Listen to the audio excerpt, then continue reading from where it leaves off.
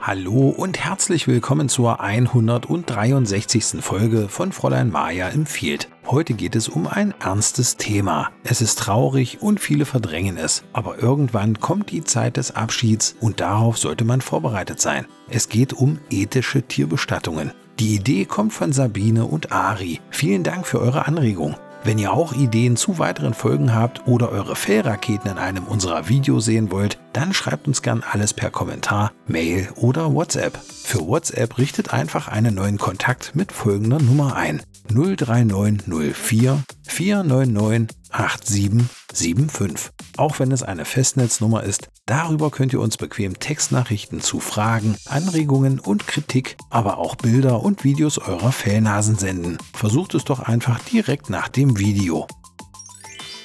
Es ist der Lauf der Dinge und gehört leider zum Leben dazu. Der endgültige Abschied vom geliebten Fellkind. So gern man dieses unangenehme Thema auch verdrängt, es ist wichtig für sich den Fall der Fälle vorzubereiten. Der Verlust der kleinen Katzenseele kann einen härter treffen, als man vorher vermutet. Damit man nicht kopflos reagiert und den Schnurris einen würdigen Abschied bescheren kann, kommen hier ein paar Tipps.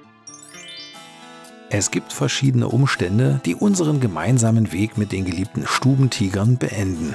Eure Katze wird alt und zieht sich immer mehr zurück, sucht Ruhe und frisst weniger. Der gealterte Katzenkörper hat ausgedient und die Samtpfoten spüren das.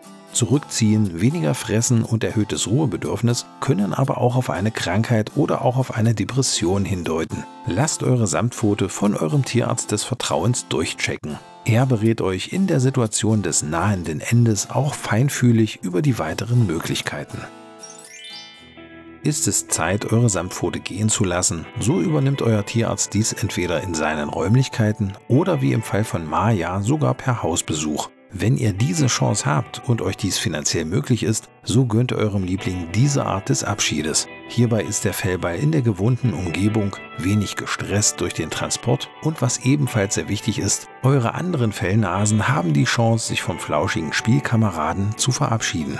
Das vermeidet den Schock des plötzlichen Verlustes des Fellfreundes und verhindert das darauf häufig folgende Suchen und Rufen nach dem Kameraden.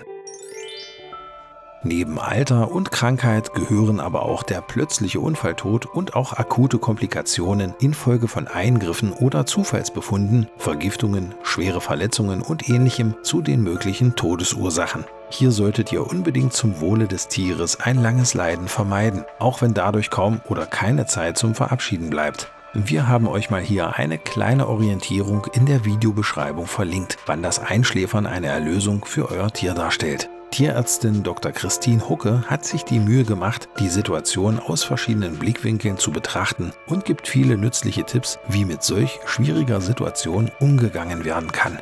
Auf ihrer Internetseite beantwortet sie viele Fragen, die sich Tierhalter, vor allem wenn sie noch junge Kinder haben, in diesem Zusammenhang immer wieder stellen. Unbedingt lesenswert. Die passenden unterstützenden Bücher haben wir euch auch gleich in der Videobeschreibung verlinkt. Was passiert nun mit den Überresten eures geliebten Fellballs? Es gibt grundsätzlich 3 Möglichkeiten, was mit dem verstorbenen Tier passieren kann. Entweder kümmert sich der Tierarzt um die sterblichen Überreste und führt sie der Tierkörperbeseitigung zu, was auch der Halter selbst tun kann. Dort erfolgt dann die Beseitigung der Überreste nach dem tierischen Nebenproduktebeseitigungsgesetz, ehemals Tierkörperbeseitigungsgesetz. Die zweite Möglichkeit ist die, euren Liebling auf dem eigenen Grundstück zu beerdigen. Dabei sind jedoch einige gesetzliche Bedingungen zu erfüllen. Das Grundstück darf nicht in einem Wasserschutzgebiet liegen. Das Grab muss einen Mindestabstand von 3 Metern zu öffentlichen Wegen haben und mindestens 50 cm unter der Erdoberfläche liegen. In Gartenanlagen können Satzungen andere Regelungen beinhalten. Informiert euch bitte vorher darüber.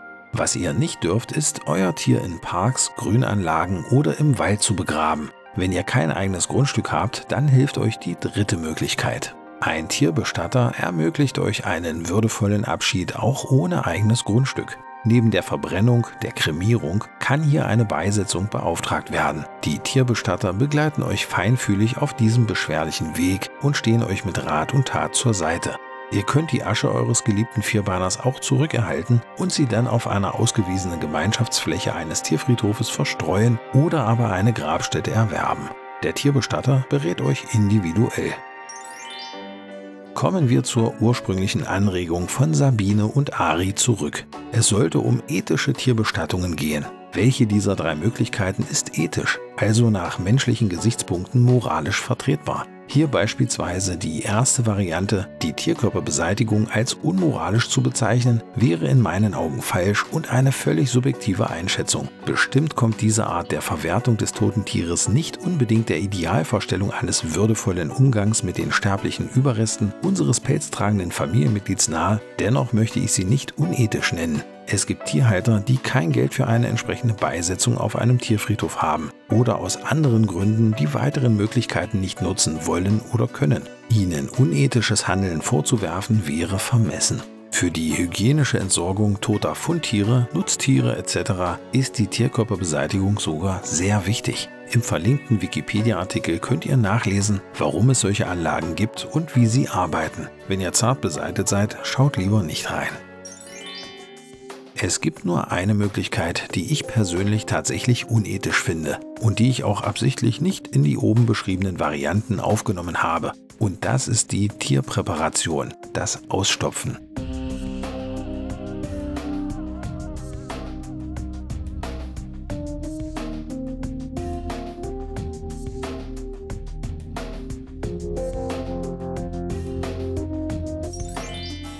Was meint ihr zum Thema Tierbestattungen? Habt ihr euch bereits damit beschäftigt oder noch weitere Tipps? Oder habt ihr eine andere Meinung zu unserer Auffassung, welche Varianten ethisch sind und welche nicht? Schreibt doch bitte einen Kommentar. Helft damit anderen Schnurrnasenhaltern oder startet eine Diskussion. Wir freuen uns über jeden Kommentar und beantworten ihn auch. Kommen wir zum Rätsel. Beim letzten Mal suchten wir die Zeit. Ihr habt mal wieder super mitgerätselt. Und auch dieses Mal könnt ihr mitraten und wir freuen uns über jeden Kommentar.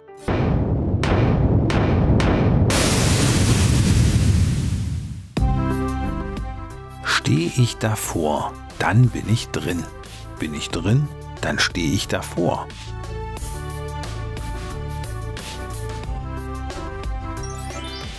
Wenn ihr wisst, was Maya sucht, schreibt's gern in die Kommentare. Die Auflösung gibt's beim nächsten Mal. Und um künftig nichts mehr von den Fellnasen zu verpassen, abonniert doch kostenlos unseren Kanal und aktiviert die Glocke. Bis zum nächsten Mal. Wir freuen uns auf euch.